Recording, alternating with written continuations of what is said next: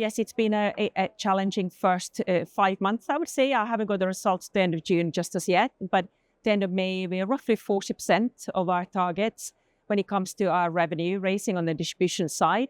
And I would say on the investment side, we've got 7 investment teams in London representing our business here in Europe. And the investment performance is holding up pretty well. So I think overall, despite the very difficult market environment, I'm pretty happy and confident with the outlook of what we've delivered so far this year. And it's been primarily fixed income and private markets.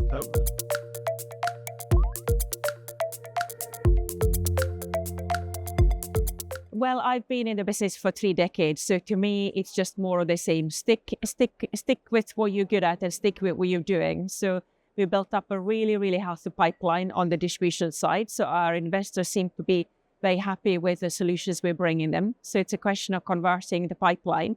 And when it comes to the investment side, it's actually making sure we stick with those companies that we believe in and back them further for growth and development. So for us, it's just very much continue more of the same that we've done for the first 5 months and trying to, as much as we can, perhaps not ignore the more broader global macro uncertainty, but actually helping our investor navigate that and steer them clear from those.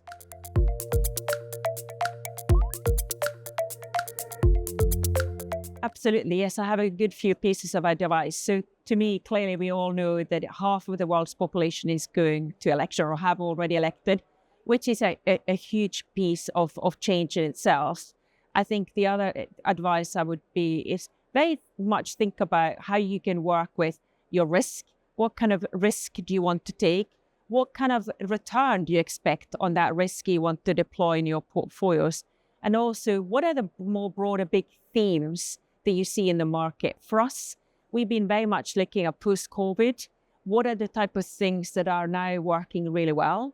And as we move forward, the sustainability and the climate transition, what kind of themes do we see coming out of those themes? So those are very much active management for us is actually going to be seeing a sweet spot in that very uncertain global environment.